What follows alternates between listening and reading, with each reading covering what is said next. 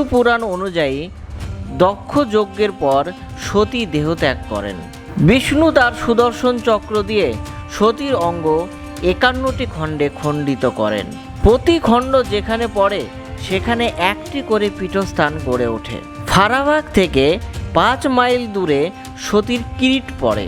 এখানে যেই মন্দির তারই নাম কিরিটেশ্বরী মন্দির। মন্দিরটির আসল নাম কিরিটকণা। এখানে প্রচুর শিব মন্দির আছে। পৌষ মাসের প্রতি মঙ্গলবার এখানে গ্রামীণ মেলা বসে। এই মন্দিরটি সবাই জানেন। মুর্শিদাবাদ যারা ঘুরতে যান তারা অন্ততপক্ষে কোনো মন্দির দর্শন করুন চে না করুন, এই কিরিটেশ্বরী মন্দির দর্শন করতে একবার হলেও যান। কিন্তু এই মন্দিরটির পাশেই আর একটি মন্দির আছে, যে মন্দিরটি অনেকে স্কিপ করে যান।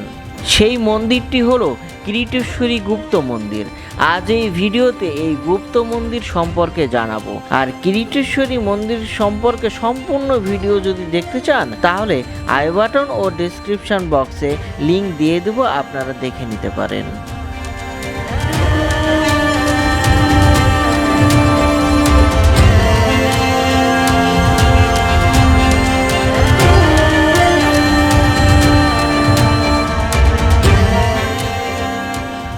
মেন রোড থেকে ডান দিকে এই রোডটি ধরে 200 মিটার হেঁটে গেলেই দেখতে পাবেন কিরিটেশ্বরী গুপ্ত মন্দির। মন্দিরের সামনে বেশ বড় জায়গা আছে। বিকেলে বাচ্চারা এখানে খেলাধুলা করেন।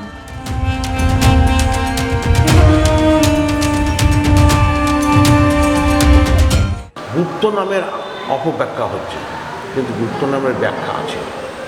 গুপ্ত নামের ব্যাখ্যা হচ্ছে মা ওখানে আসেন সম্পূর্ণ পদ্মাসনে বসে আছে, সম্পূর্ণ রূপ, চোখ কান হাত পা পুরো বডিতে উনি আছেন পদ্মাসনে। এই রূপ সন্তানের কাছে দর্শনযোগ্য রূপ নয়, সেই কারণে ওটাকে কাপড়ে মোড়ানো আছে ও সেই কারণে ওর নাম দেওয়া হয়েছে গুপ্ত মন্দির। বয়সকালগুলো আর্কিটেকচারগুলো দেখলে আনুমানিক বয়সগুলো ধরা যাবে। মোটামুটি ওটা 150 বছরের মন্দির।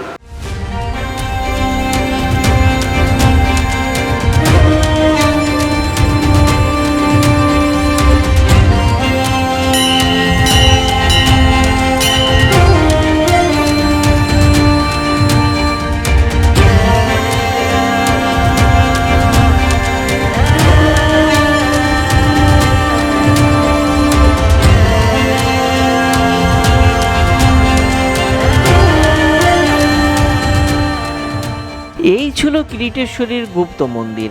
আপনারা যারা কিরিটেশ্বরী মন্দির দর্শন করতে আসবেন তারা অবশ্যই এই মন্দিরটি একবার ঘুরে যাবেন।